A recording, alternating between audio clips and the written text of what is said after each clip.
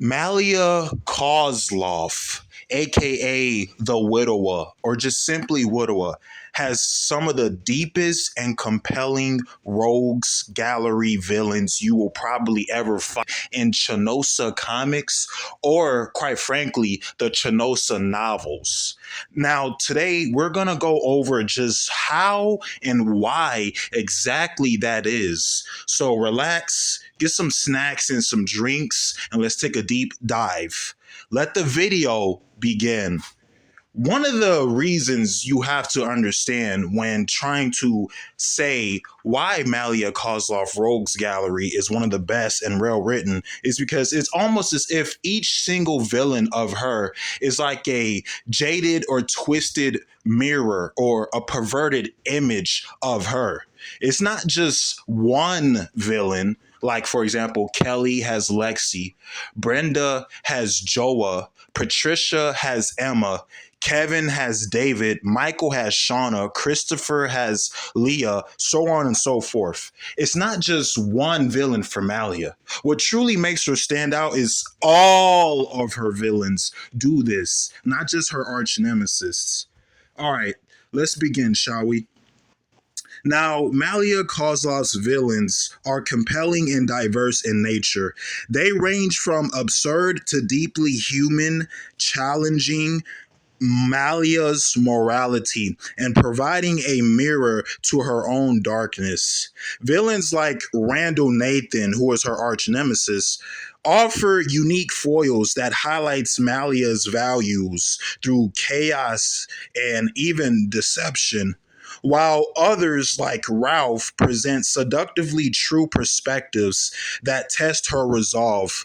The villain's complex motivations and human relatabilities, even in their evil nature, make them fascinating figures who enrich the narrative and force the audience, along with Malia Kozlov herself, to confront complex ideas about justice, society, and humanity. However, let's take a more diverse and complex answer, okay? Humanity and relatability. Most of Malia Kozlov's villains are not simply evil, but they possess complex human motivations. This makes them relatable, allowing audiences to understand their inner conflicts, even if they don't condone their actions. Also, challenging moral frameworks. It's almost as if they represent pure nihilism and even deception and deceit. It's like they're the perfect counterpart for Malia's strict moral code. Their very existence and actions challenge Malia's beliefs, creating dynamic, conflict, and a deeper exploration of her character. Her villains delve into the darker aspects of human nature, showing extreme psychological states, obsession, and a disregard for societal norms. And they mirror her, certain aspects of her, and even her obsessive nature over her traumas and tragedies. It's like it forces us to see the thin line between a hero and a villain.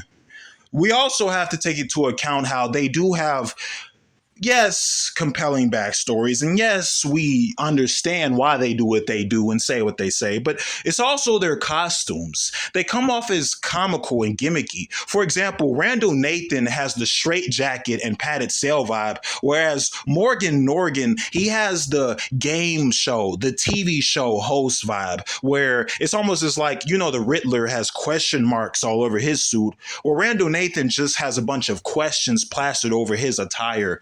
And then you have Ralph, who's dressed as this Egyptian emperor on a throne with two Black Panthers or even two lions on either side. His wife is dressed up pretty provocatively. Well, at least she was until, spoiler alert, she died. Whereas his daughter Tia has the hijab, having ties to her Muslim heritage, and so on and so forth. There's a lot of gimmicks for Malia Kozlov. I mean, even Ethan Elliott, right? He has the surgeon gimmick, and we're going to get into him as well. So it's not just how they talk, how they act, their powers and abilities or personalities, or the crimes they've committed. It's also the fact that they dress like us, but in a way that's kind of goofy. But then when you hear their backstories, you kind of feel sad and bad, and you almost want to cry instead of laughing.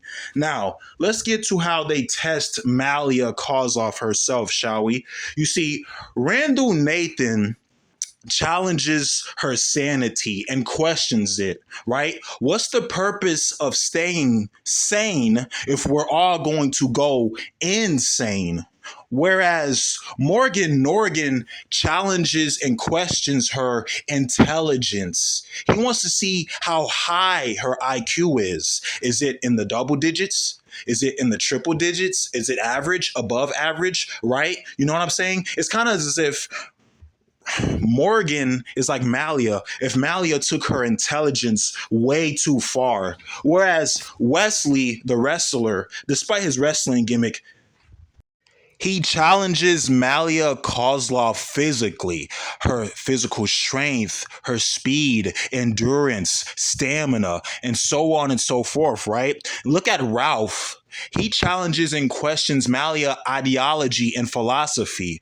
Why are humans, and more specifically humanity, worth fighting for? It's almost as if Ralph is like Malia, but without understanding. You get what I'm saying? And what about Hayden?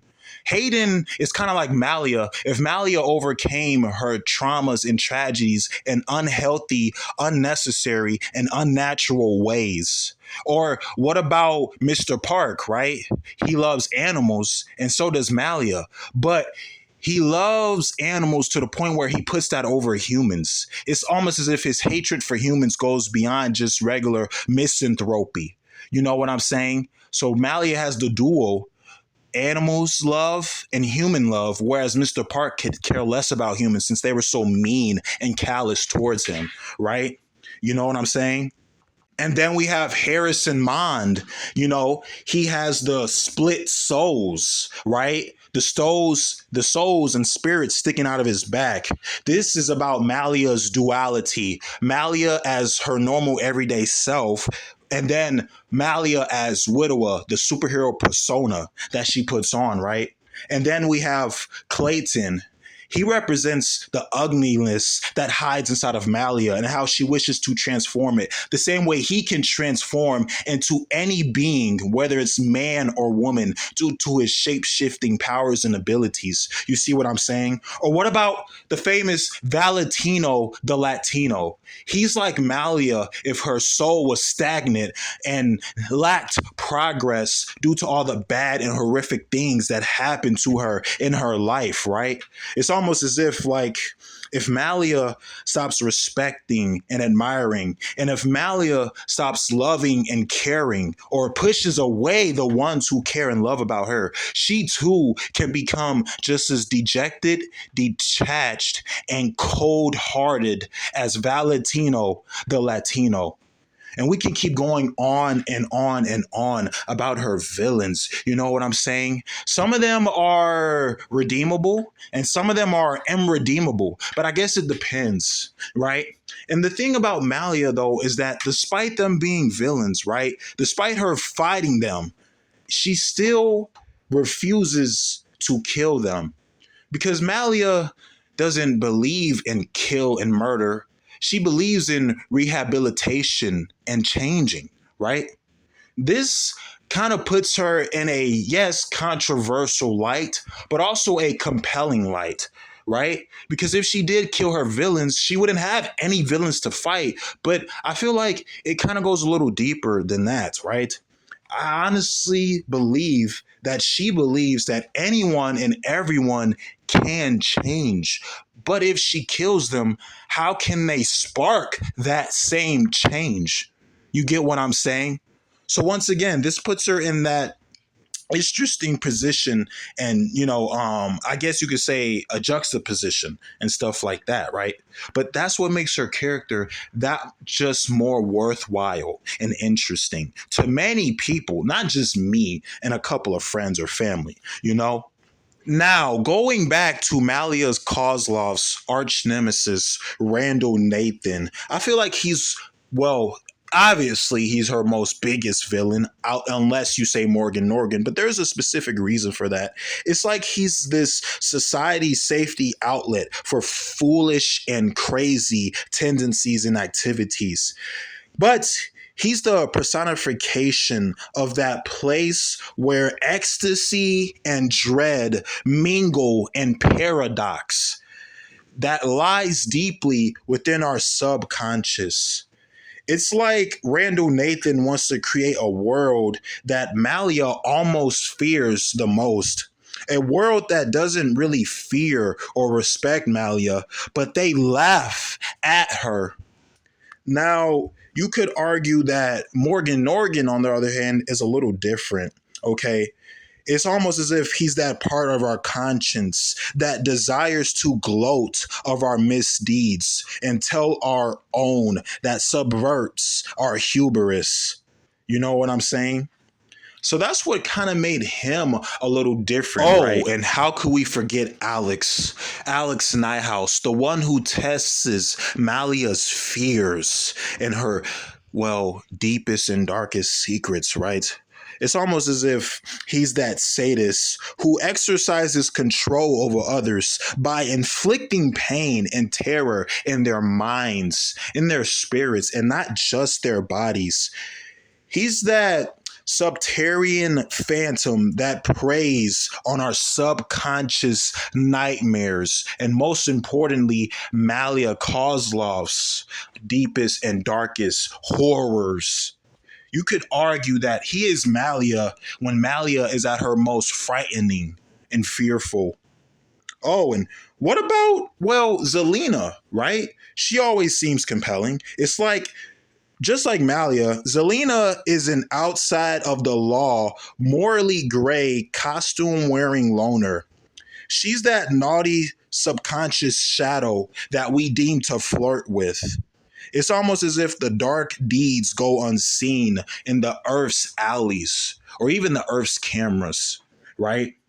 So she's kind of like Malia. They both wear dark clothing and dark lighting, right? Malia has that, I don't know, kind of like old school New York detective side to her. Whereas Zelina has that New York side, but not really into the whole detective stuff. You see what I'm saying? So that's what makes her different. And we could keep going on and on and on. But the thing that I find the most compelling about Malia Kozlov and her villains is that, well, to be honest with you, they don't just have ties to the main character of the story, but they also have ties to us, the readers, the audience. And that's what makes them truly well rounded. So, with that being said, I'm going to do more videos on her villains in the future. I mean, this was just a kind of a deep dive, but let me know what you guys think about it. Do you like her villains? Do you dislike her villains? Do you agree that she should kill some of them? Like people think she should just off Randall Nathan. That dude's a lost cause. But anyways, not to get too deep, what are you guys' thoughts and opinions on it? I'm very curious. Please let me know. And yeah, look forward to videos like this in the future. But until next time, hey, it's been your boy, Johnny the Hottie. Hey, and I'll see y'all in the next one. I'm out. Woo woo. Woo. Oh yeah, baby. Malia Kozlov is the greatest of all time.